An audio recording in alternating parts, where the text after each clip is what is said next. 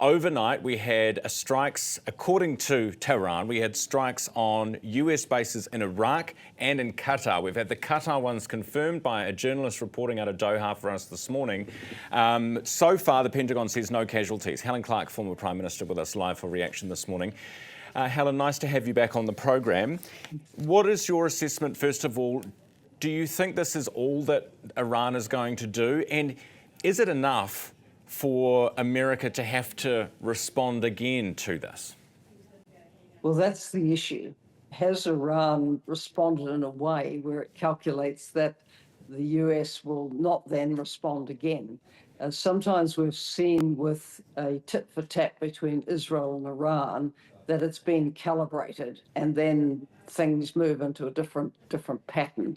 But has this been sufficiently annoying to the United States for it to then respond and then for everyone to keep escalating up? I think that the jury's out on that at the moment, because this attack on the base in Qatar or the attempted attack on the base in Qatar is so recent. And of course, for us here in New Zealand, this is closer to home, probably feels closer to home than anything we've seen to date, simply because of the fact the world's busiest airport in Doha is there, and the airspace was closed, the airport's been closed, flights from New Zealand diverted overnight as a consequence of that. Just talk about the significance of an attack on Qatar, because it's not like the Iranians and the Qataris are enemies, right? No, not at all. I mean, Qatar has been a country which has been able to keep quite broad relationships with others in the Middle East, including Iran. It's often been a country that could bring people together.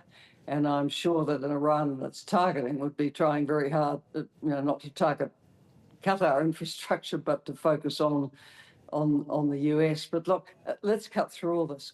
We need the fighting to stop. We need to get back into a diplomatic process. The fact that there's been these bombing raids hasn't helped that. It actually led to the abandonment of the US-Iran talks, which had been underway. But this issue is not going to be sorted militarily. It has to be sorted by people getting back around a negotiating table.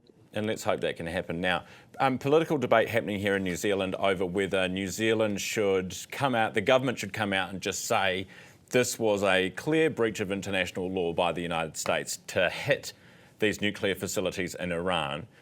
And our government playing a very cautious tune at the moment. Let's wait and see until we have all the facts on the table. We've got America talking about Iran's proxies in the Houthis and in Hezbollah and attacks on US assets in the region over the years. What's your assessment of this? So there's no credible assessment that Iran was on the brink of creating a nuclear weapon and firing it at Israel or anybody else. The Israeli PM has been trying for the last 20 years to get the US involved in a conflict with Iran, and he's finally succeeded through the presumably the close friendship with Donald Trump.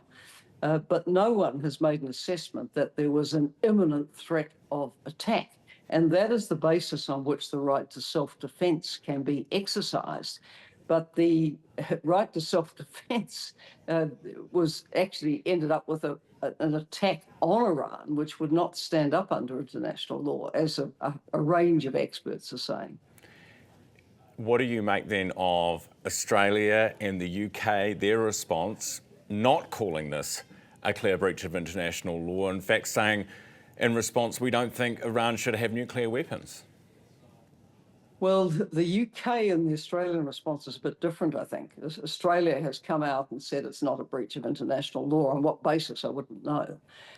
The UK Foreign Secretary has been much more equivalent or even silent on this. He's not making a call on it.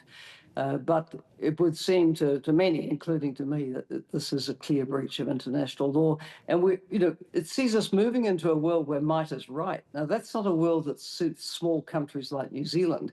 And that's why New Zealand should be calling it out. We called out the US, the UK, Australia and Spain invading Iraq in 2003.